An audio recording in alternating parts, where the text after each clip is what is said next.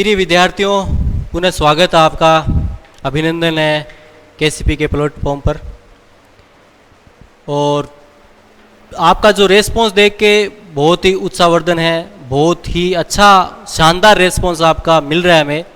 और ऐसे ही रेस्पॉन्स आपको मिलता रहा, प्यार आपका मिलता रहा, तो आप और हमको सफल होने से नहीं रोक पाएगा।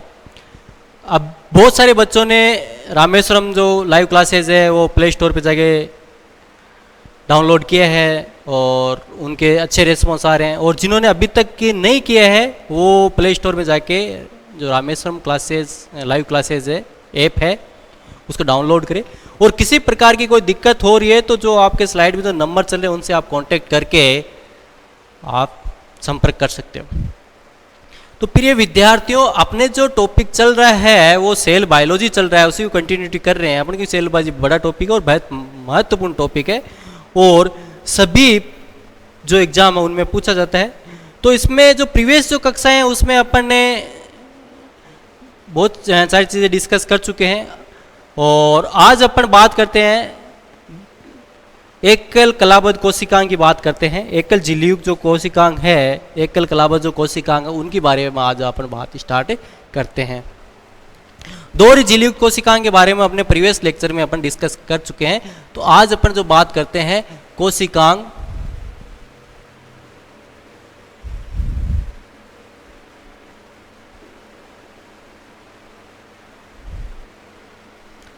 सेल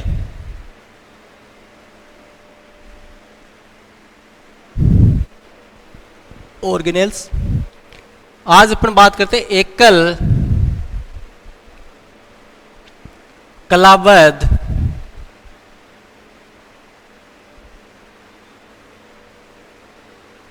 कोशिकांग,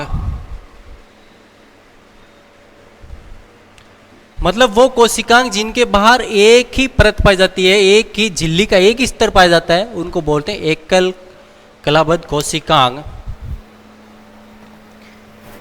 इसमें अपन बात करेंगे, सबसे पहले अपन बात करते हैं अंतः द्रव्यी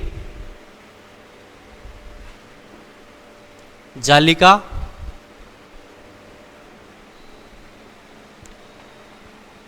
एंडोप्लाज्मिक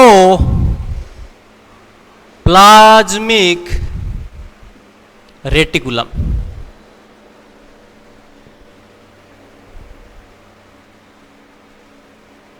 ईआर बोलते हैं इसको, है ना, अंतःद्रव्यी जालिका एंडोप्लाज्मिक रेटिकुलम।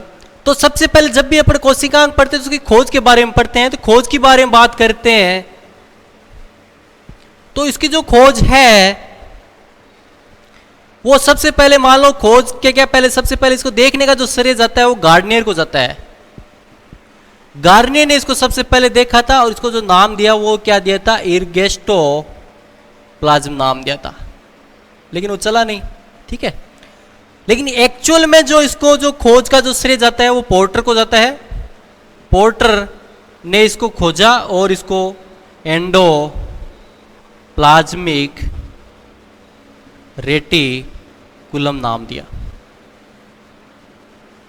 तो जो देखने का जो श्रेय है वो तो जाता है गार्डनियर को। गार्डनियर सबसे पहले देखा, रिगोप्लास्टम इसको नाम दिया, इर्गेस्टोप्लाज्म इसको नाम दिया। उसके बाद पोर्टर ने इसको एंडोप्लाज्मिक रेटिकुलम कहा। इसके बाद बात करते हैं कि इसकी संरचना की।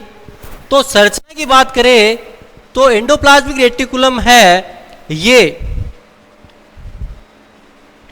झिल्लीनुमा संरचना है,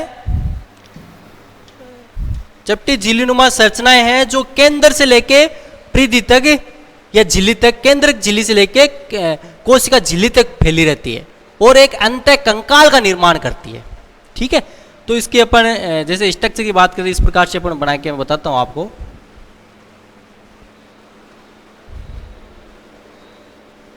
ये केंद्रक है,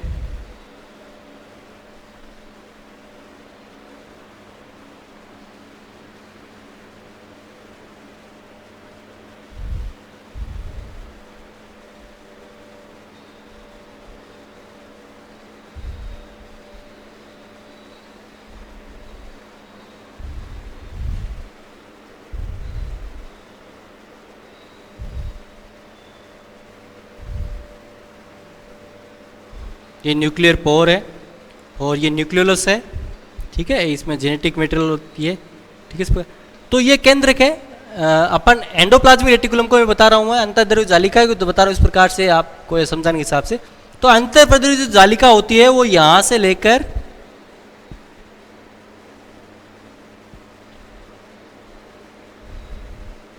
केंद्रक से लेकर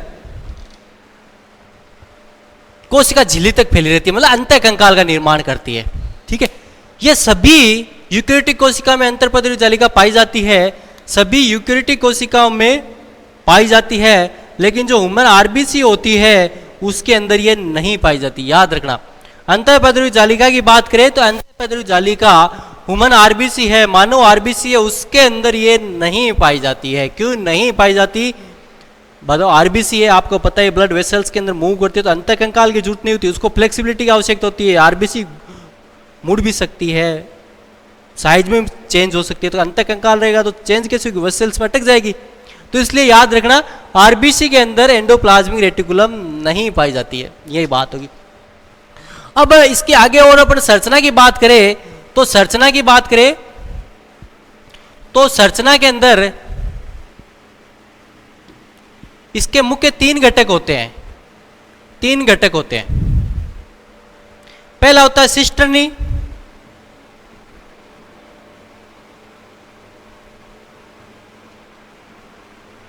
दूसरा जो घटक होता है,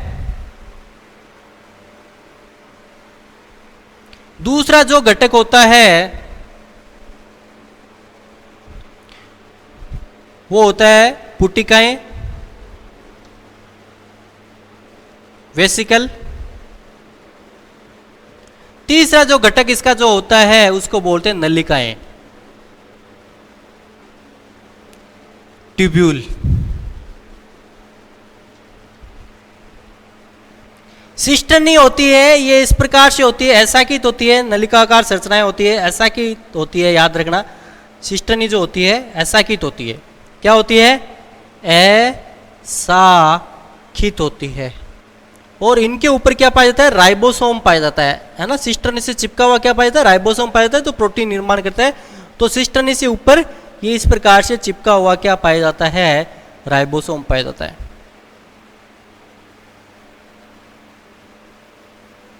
दूसरी जो संरचनाएं वेसिकल्स होती है, ये अंडाकार होती है, गोलाकार होती है ना, अंडाकार गोलाकार होती है, और ये संग्रह का कार्य करती है।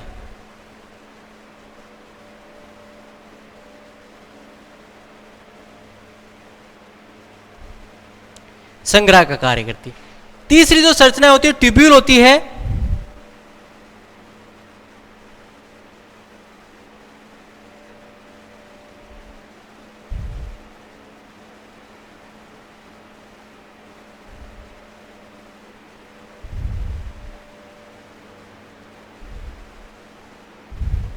जो साकित होती है,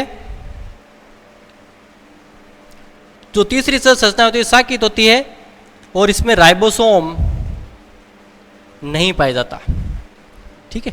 ये इस प्रकार के घटक की बात करें अपन, इसकी संरचना के अंदर घटक की बात करें तो घटक ये इसके होते हैं। अब आगे की बात करें तो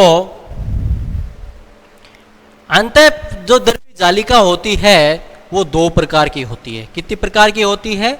2 प्रकार की होती है। जो अंतःद्रव्य जालिका जो होती है वो कितने प्रकार की होती है? 2 प्रकार की होती है। अंतःद्रव्य जालिका कितनी प्रकार की होती है? 2 प्रकार की होती है।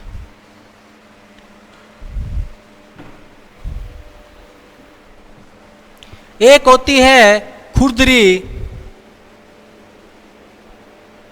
अंतःद्रव्य जालिका, जिसको क्या बोलते हैं? रफ एंडोप्लाज्मिक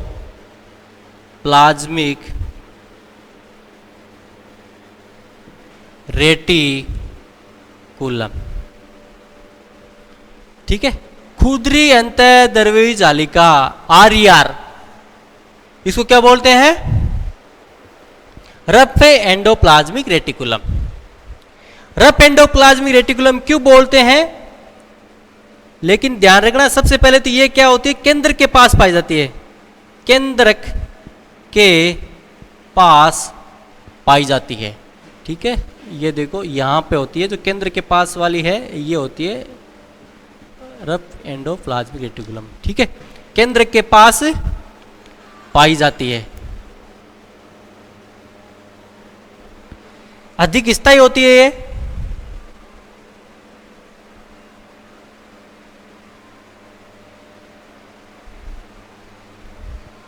इसकी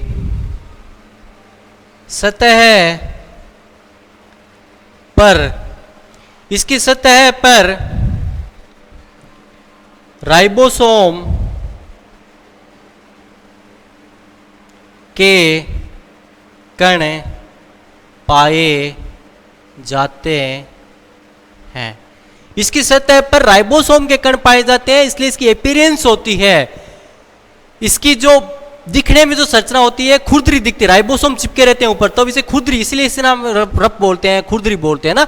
इसके ऊपर की सतह पर राइबोसोम चिपके हुए रहते हैं, है ना, इसकी सतह पर, तो इसलिए इसको खुरदरी अंतःद्रव्यी जालिका भी इसको बोलते हैं। इसके बाद बहुत इंपॉर्टेंट बात बता रहा हूं कि जो राइबोसोम होते हैं, जो इसकी झिल्ली से चिपके रहते हैं, वो एक राइबोफोरिन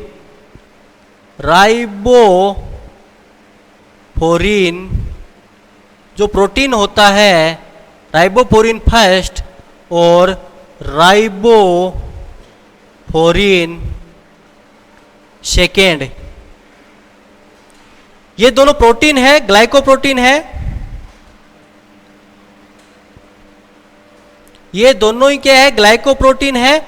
तो जो राइबोसोम होता है, जो यहां पर चिपका है, ये देखो यहां पर चिपका हुआ है, तो ये किसकी सहायता से चिपकता है? ये दो ग्लाइकोप्रोटीन होते हैं, राइबोफोरिन फर्स्ट और राइबोफोरिन सेकेंड के माध्यम से ये इसी झिल्ली से चिपकते हैं। अंतःद्रव्यी जालिका की झिल्ली होती है, उससे राइबोफोरिन किसकी मदद से चिपकता है? इनकी सहायता से चिपकता है। बहुत इंपॉर्टेंट बात है। अब बात करें इसका कार्य क्या हो सकता है, तो इसमें राइबोसोम पाया जाता है, इसका कार्य क्या होता है? प्रोटीन संश्लेषण की जो कोशिकाएं होती है ना, जो प्रोटीन संश्लेषण संबंधी जो कार्य होता है वो ये एंडोप्लाज्मिक रेटिकुलम करती है, क्योंकि इसके ऊपर क्या पाया जाता है? राइबोसोम पाया जाता है। कार्य की बात करें तो प्रोटीन संश्लेषण की बात। अब आ जाओ इधर, दूसरी जो होती है वो चिकनी अंतःद्रव्यी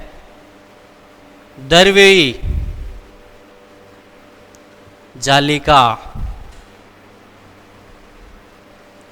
इंग्लिश में बोले तो स्मूथ एंडोप्लाज्मिक रेटिकुलम। दूसरी कौन सी होगी? चिकनी अंतःद्रव्यी जालिका, स्मूथ एंडोप्लाज्मिक रेटिकुलम। अब ये क्या होती है? चिकनी क्यों बोलते हैं? कि इसकी सतह पर, लेकिन सबसे पहले इसी हिसाब से अपन इसको पढ़ते हैं। देखो इसमें ये खुरदरी अंतःद्रव्यी जालिका कहां पाई जा रही थी? केंद्र के पास पाई जाती थी। देखो अपने केंद्र के पास तो ये बनाई मैंने, केंद्र के पास जो बनाई है ये खुरदरी रफ वाली है, ठीक है, ये वाली। और ये जो इधर बात करेंगे ये केंद्रक झिल्ली, सॉरी कोशिका झिल्ली, कोशिका झिल्ली के पास पाई जाती है। जो ये जो है चिकनी अंतःद्रव्यी जालिका है, स्मूथ एंडोप्लाज्मिक रेटिकुलम SER है, ये कहां पाई जाती है? ये कहां पाई जाती है? ये कहां पाई जाती है?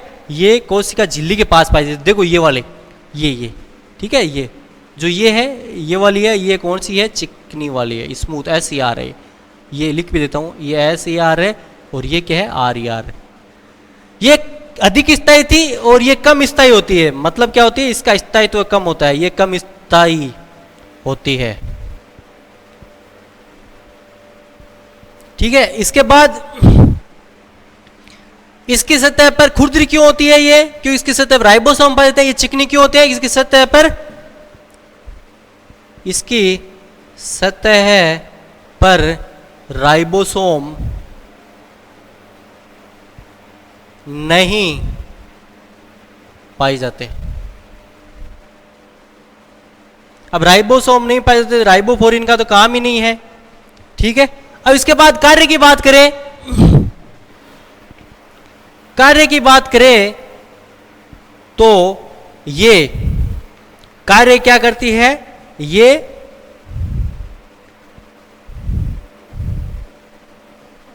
जो लिपोप्रोटीन, जो ग्लाइकोजन तथा लिपोप्रोटीन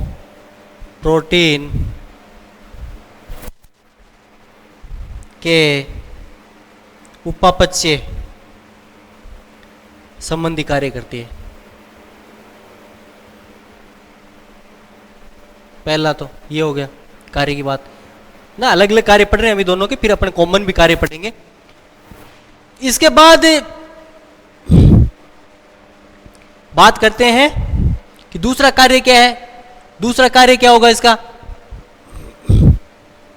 तो दूसरा कार्य है इसका, यह है स्टीरॉयड तथा कोलेस्ट्रॉल के निर्माण तथा संग्रह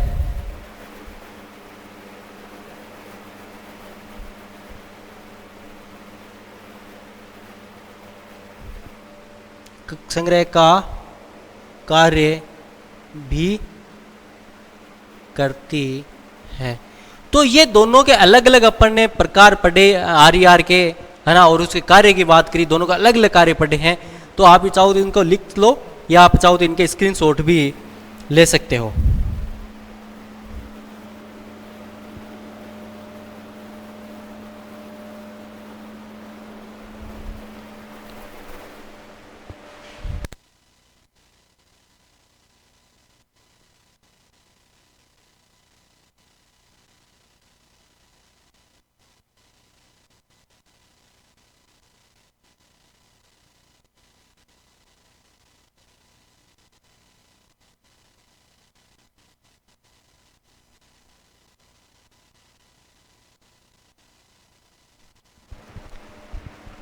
तो अपन ने अंतःद्रव्यीय जो जालिका है उसके अंतर की बात करी है। तो अंतर दोनों के पढ़े हैं कि ये प्रोटीन संश्लेषण कार्य करती है, ये ग्लाइकोजन तथा लिपोप्रोटीन के उपापचय संबंधी जो कार्य करती है, तथा स्टीरॉयड तथा कोलेस्ट्रॉल संबंधी जो संश्लेषण करने वाली कोशिकाएं हैं उनमें ये ज्यादा मात्रा में पाई जाती है। कौन, RER, ये सॉरी SER, है ना, स्मूथ एंडोप्लाज्मिक रेटिकुल। तो ये अपन ने दोनों के कॉमन रूप से अंतर पढ़े हैं। अब अपन बात करते हैं इसमें कि इनके कार्य क्या है। अपन बात करें अंतःद्रव्यीय जालिका की बात करें तो अंतःद्रव्यीय की जालिका की बात करें तो अंतःद्रव्यीय जालिका के कॉमन रूप से कार्य क्या है, दोनों के अपन कॉमन रूप से कार्य पढ़े तो वो क्या हो जाएंगे। देखो मतलब कॉमन रूप से अंतःद्रव्यीय जालिका एंडोप्लाज्मिक रेटिकुलम के कार्य की बात करें तो क्या क्या कार्य होते हैं।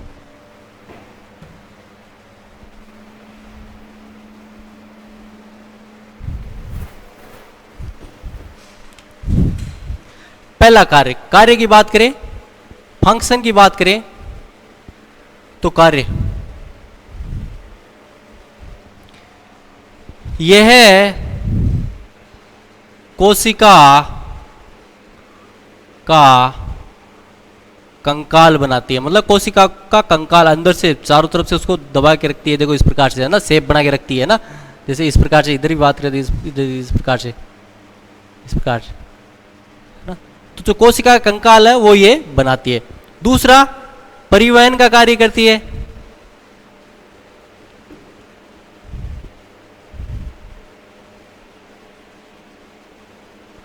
मतलब क्या हो गया कि कुछ पदार्थों को बात करें, परिवहन का कार्य की बात करें तो कुछ पदार्थों को केंद्रक से कोशिका झिल्ली तक स्थानांतरण करना, है ना, इनके बीच में जो स्थानांतरण करना है वो कौन करता है, ये एंडोप्लाज्मिक रेटिकुलम ही करती है। तीसरी बात करें, ये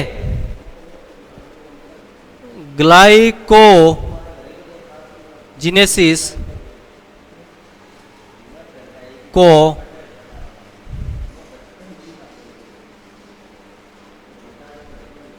ग्लाइकोजेनेसिस को प्रेरित करती है। अब ये क्या होता है, ग्लाइकोजेनेसिस क्या होता है? ग्लाइकोजेनेसिस का मतलब क्या हो गया कि ग्लाइकोजन को तोड़ती है, ग्लाइकोजन को ग्लूकोज में तोड़ती है, ग्लूकोज में तोड़ने वाली जो अभिक्रिया उसको प्रेरित करती है। तीसरी जो चौथी बात करें तो ये डिटॉक्सिफिकेशन, डिटॉक्सिफिकेशन मतलब पराविष्करण, विष्करण, पराविष्करण, ठीक है। मतलब कोशिका से यदि कोई विषैला पदार्थ है तो उसको हटाती है। उसको कहां कैसे हटाएगी? उसको जो वेसिकल से पुट्टिका के अंदर भरेगी और उसको भर के बाहर कोशिका से बाहर निकाल देती है। तो उसको पराविष्करण की जो प्रक्रिया होती है वो भी ये इसमें करती है। इसके बाद नेक्स्ट है कि ये जो कोलेस्ट्रॉल और स्टेरॉइड तथा कोलेस्ट्रॉल जो निर्माण है, सिंथेसिस है, से जो संबंधित सेल्स है, कोशिका है में पाई जाती है। तो वहां पर ये क्या करती है? इनकी मदद करेगी। नेक्स्ट की बात करें तो नेक्स्ट जो इसका कार्य आता है वो आपके जो कार्य है वो क्या है कि ये प्लाज्मा जो सेल प्लेट होती है उसका निर्माण भी करती है। अपन ने जब बात करी कोशिका विभाजन की तो कोशिका विभाजन की बात करी तो कोशिका विभाजन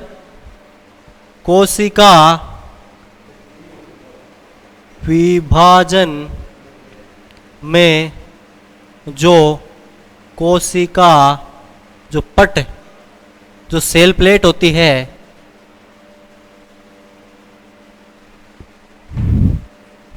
और सेल प्लेट किस में बनती है आपको पता ही है, जो पादप कोशिका उसके अंदर सेल प्लेट बनती है, उसके निर्माण अपन ने वहां पढ़ा था, आपको याद हो तो एंडोप्लाज्मिक रेटिकुलम में गोल्जी बॉडी के जो टुकड़े होते हैं वो सेल प्लेट का निर्माण करते हैं। तो उसमें उसके निर्माण में सहायक है। तो ये इसके मुख्य रूप से कार्य होंगे, किसके? अंतःद्रव्यी जालिका के जो है ये कार्य होंगे।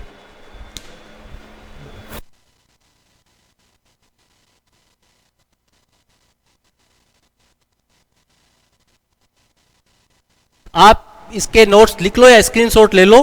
देखो ये बहुत इंपॉर्टेंट है ना, बहुत इंपॉर्टेंट है।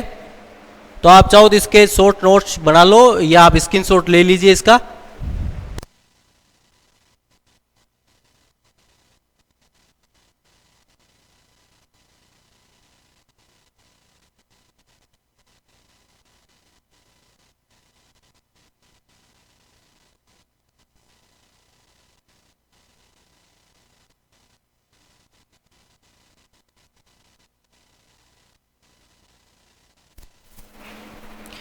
तो अब अपन जो आगे का जो है,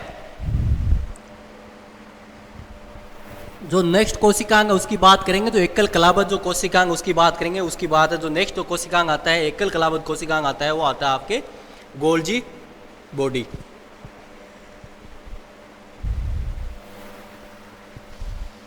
तो नेक्स्ट जो कोशिकांग आता है वो आपके आता है गोल्जी कोल। उसके बारे में बात कर लेते हैं।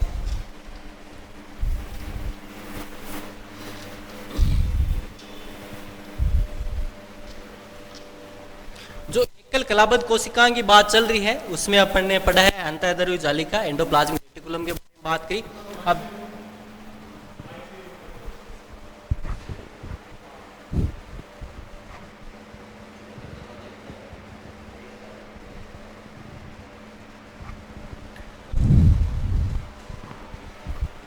अब बात करते हैं नेक्स्ट जो कोशिकांग है, एकल कलाबद्ध कोशिकांग, वो आता है Golgi call. Golgi body.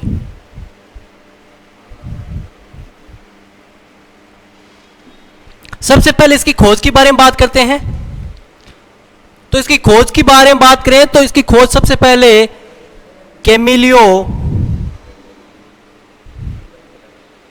Golgi ने जो उल्लू की तंत्रिका कोशिकाएं होती है कि तंत्रिका कोशिका में इसकी खोज की थी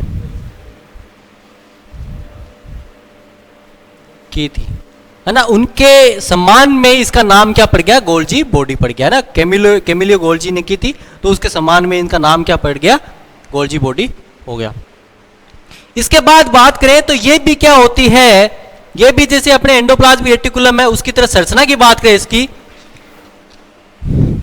तो ये भी उसी की तरह ये चपटी थैलेनुमा संरचना होती है।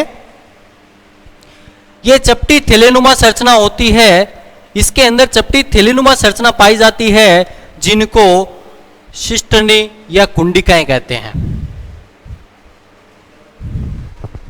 इसका डायग्राम बनाते हैं पहले तो।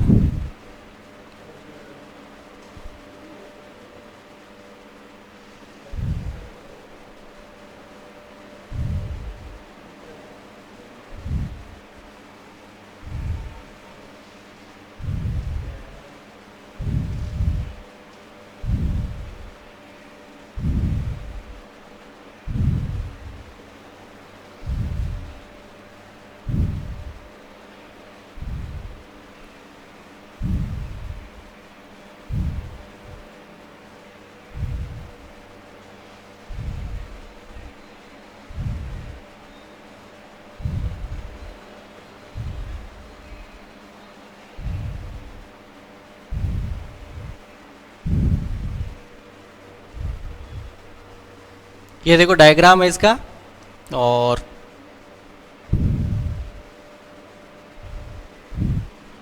इसमें भी जैसे मैंने बताया कि इसकी संरचना की बात करते हैं, इसकी संरचना के अंदर चपटी थैलेनुमा संरचनाएं पाई जाती है जिनको सिस्टर्नी बोलते हैं। ये सिस्टर्नी है, ये कुंडिकाएं हैं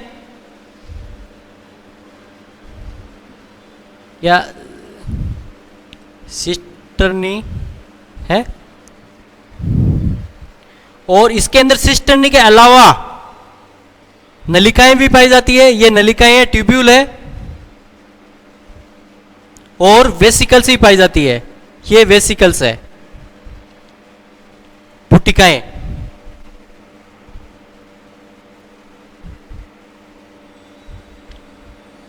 पाई जाती।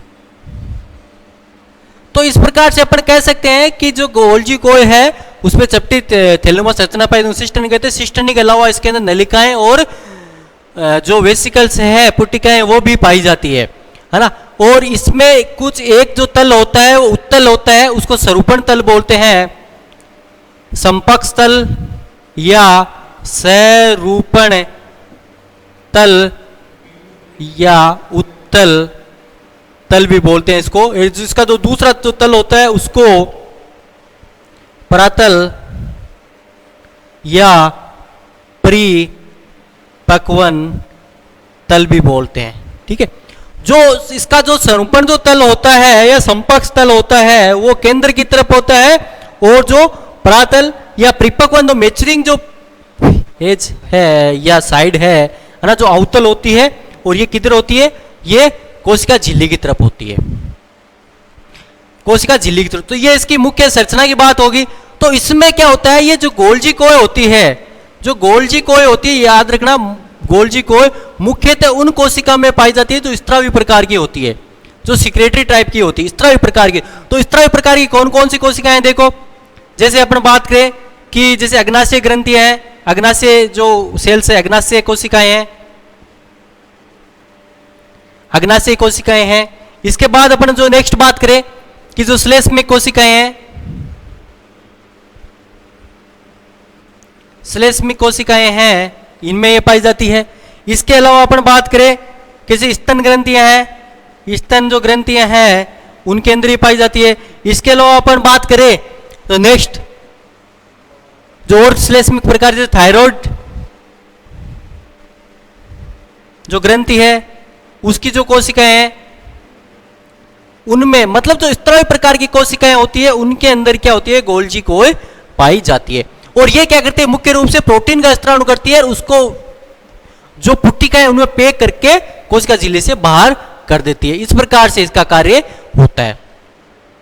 याद रखना, इसको डिक्टियोसोम भी बोलते हैं और लिपोकॉन्ड्रियन भी बोलते हैं। इसका एक नाम और है, इसका डिक्टियोसोम भी बोलते हैं।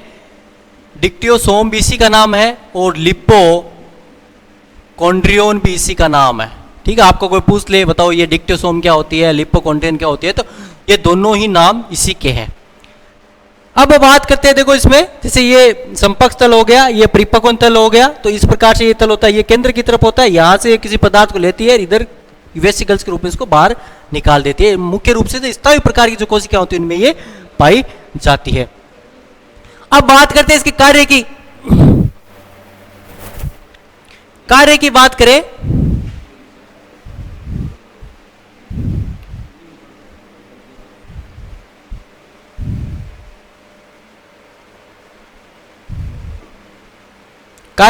इसके, तो गोल्जी काय का जो मुख्य कार्य होता है वो स्त्रावण होता है। स्त्रावण मतलब स्त्रावण संबंधित जो भी कोशिकाएं होती है उनका स्त्रावण करती है। और ये स्त्रावण कैसे करती है, उसको उस वेसिकल्स में पैक करके उसको बाहर निकाल देती है। दूसरा, गोल्जी कोय, जो गोल्जी कोय होती है, तो गोल्जी कोय का दूसरा मुख्य जो कार्य की बात करें तो आपको पता ही है कि ये क्या करेगी, जो सेल प्लेट है कोशिका की, कोशिका विभाजन के समय जो कोशिका पट बनता है वो इसी से बनता है, इसी से और एंडोप्लाज्मिक रेटिकुलम दोनों मिलके ही आपको पता है इसी से बनता है। तीसरा, इसका जो और मुख्य जो कार्य है, तीसरा जो मुख्य कार्य है, याद रखना, आपने सुना होगा कि जो शुक्र जनन की क्रिया होती है, शुक्र जनन की क्रिया में जो शुक्राणु है, बहुत इंपॉर्टेंट है ये, जो शुक्राणु है, शुक्राणु के एक्रोसोम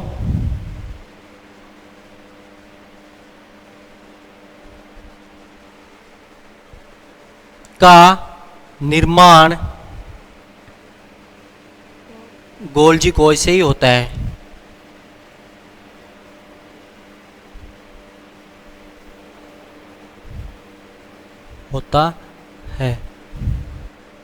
देखो है ना, जो अपन बात करते हैं शुक्र जनन की क्रिया की बात करें तो शुक्र जनन की क्रिया की बात करें तो शुक्र जनन की क्रिया के दौरान जो शुक्राणु का जो एक्रोसोम पार्ट होता है उसका जो निर्माण होता है वो किससे होता है, गोल्जी कोय से होता है। इसके अतिरिक्त जो लाइसोसोम है, लेन काय है, लेन काय या लाइसोसोम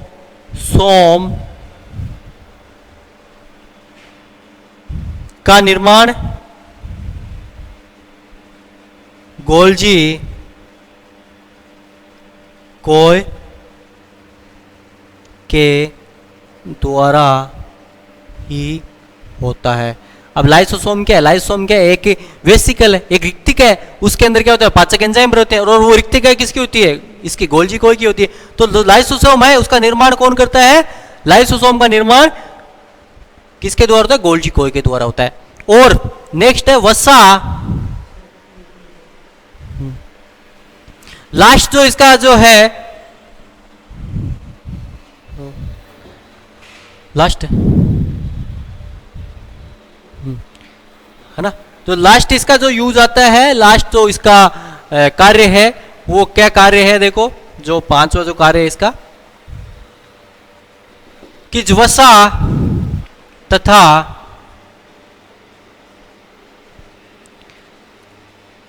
जो प्रोटीन है उसकी जो पैकिंग होती है या जो संग्रहण होता है का कार्य भी करती है। तो ये मुख्य रूप से कार्य थे गोल्जी कोय के। तो अपन ने आज के लेक्चर की बात करें तो आज के लेक्चर में अपन ने क्या पढ़ा है बच्चों? आज के लेक्चर में अपन ने 2 कोशिकांग पढ़े हैं जो एकल कलाबद्ध कोशिकांग है ना, जो एकल झिल्ली से परिबद्ध कोशिकांग है। उसमें सबसे पहले एंडोप्लाज्मिक रेटिकुलम के बारे में बात की, अंतर्द्रव्य जालिका के बारे में बात करी। उसके बाद अपन ने जो बात करी वो बात करी अपने की, बिल्कुल सिंपल है। कैमिलियो गोल्जी ने इसकी खोज करी थी उल्लिखित स्वतंत्र कोशिकाओं के अंदर, और ये किसी थैली चपटीनुमा संरचना होती है ना, थैलियां पाई जाती है, उनको सिस्टन या कुंडिकाएं होते हैं। इसके अलावा इसके अंदर ट्यूब्यूल और वेसिकल्स भी पाई जाती है, और ये क्या करती है, ये मुख्य रूप से स्त्रावी प्रकार की जो कोशिकाएं होती है, चाहे अपने श्लेष्मी कोशिकाएं, थायराइड अग्नाशय जो भी कोशिकाएं होती है जो स्त्रावण कार्य करती है, उनमें ये मुख्य रूप से पाई जाती है। और ये प्रोटीन को पैकिंग वेसिकल से पैक करके उसको बाहर निकालने में, स्थानांतरण करने में मदद करती है। फिर इसके अपन कार्य की बात करें तो कार्य की बात करें तो मुख्य रूप से स्त्रावण का इसका कार्य होता है। दूसरा अपन कार्य की बात करते हैं कोशिका विभाजन के समय, जो सेल डिवीजन के समय कोशिका पट का जो निर्माण होता है ना, जो अपन प्लांट सेल की बात करें तो कोशिका पट बनता है। कोशिका पट जो बनता है वो आपको पता है गोल्जी को एंडोप्लाज्म के टुकड़े से बनता है। उसके बाद शुक्रजनन क्रिया द्वारा एक्रोसोम का जो शुक्र का शुक्राणु का जो हेड होता है एक्रोसोम होता है, जिसके अंदर पाचक एंजाइम पाए जाते हैं है ना, उसका जो निर्माण होता है वो इसी के द्वारा होता है। लाइसोम का निर्माण इसी के द्वारा होता है। और वसा और जो प्रोटीन का कुछ संग्रह करना वेसिकल्स के रूप में स्टोर करके उनको रखने का कार्य भी क्या उनकी गोल्जी कोई भी करती है। तो प्रिय विद्यार्थियों, बहुत बहुत धन्यवाद आपके सपोर्ट्स के लिए एक बार पुनः। और एक बार पुनः मैं याद दिलाऊंगा कि आप ऐप स्टोर में जाके, प्ले स्टोर में जाके जो रामेश्वरम लाइव क्लासेस उसका ऐप आप डाउनलोड करके हमसे जुड़े रहे ना, और इसी प्रकार से हमारा उत्साहवर्धन करते रहे। धन्यवाद।